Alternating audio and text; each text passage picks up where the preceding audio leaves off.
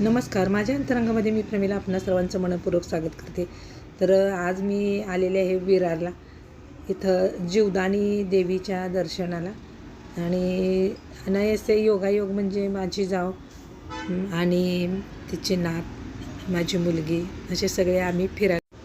आता इथं वरती जाण्यासाठी तुम्ही पायी देखील जाऊ शकता, नो प्रॉब्लेम. परंतु या देवीच्या मंदिराला 1300 पायऱ्या आहेत आणि ऊन पण लागत होतं. जरी थंडीचे दिवस असले तरी देखील ऊन होतं.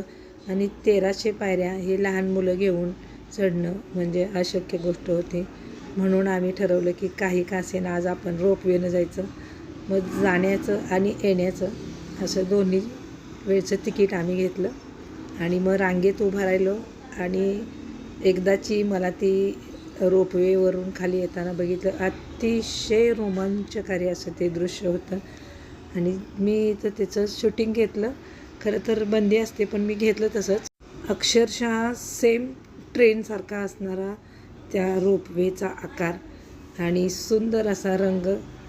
तर ही जवळ येईल तशी प्रत्येकानंच इथं शूटिंग घेण्याचा प्रयत्न केला.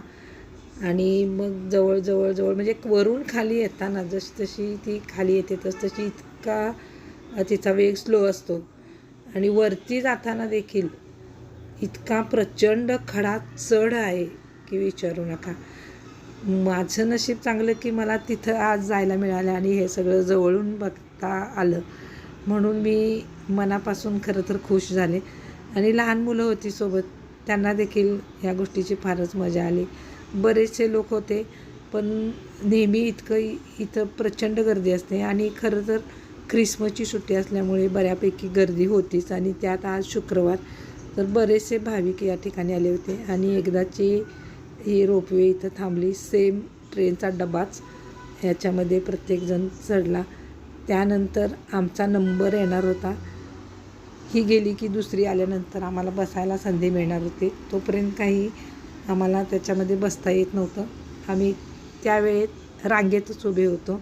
आणि असं काही वेळ वाट पाहिल्यानंतर तिथं हळूहळू ती हे आली बघा. आता तुम्हाला जे दिसतं आहे ना समोरचं दृश्य, निळ्या रंगाची हे रोपवे, मला तर वाटतं ही ट्रेनच आली की काय. असं इतकं छान व्यवस्थित दर्शन घेण्यासाठी ही जी सोय केली ना, तर त्याबद्दल त्या लोकांचे, तिथल्या जे कुणी ट्रस्टी असतील त्यांचे किती आभार मानावेत.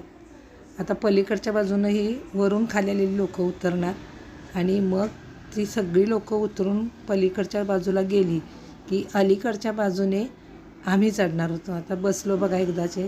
आणि या चिमुरड्यांच्या चेहऱ्यावरचं हास्य बघा, खुश झाल्या पोरी हे बघा. आणि हसायला लागल्या, वा वा वा, ट्रेनच, दुसरी ट्रेनच. परंतु खरं रोमांचकारी दृश्य इथं बघायला मिळतं ते म्हणजे जेव्हा ती हळूहळू वरती जायला लागते आणि खालचा परिसर हा असा अप्रतिम दिसतो की काय बोलू नका. हे बघून मला रोमांचकारी अनुभव खूप छान वाटला.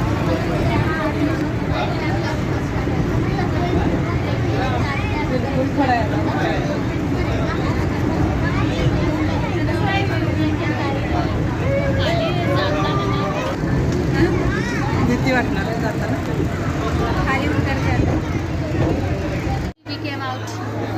मला तर मजा वाटत होती.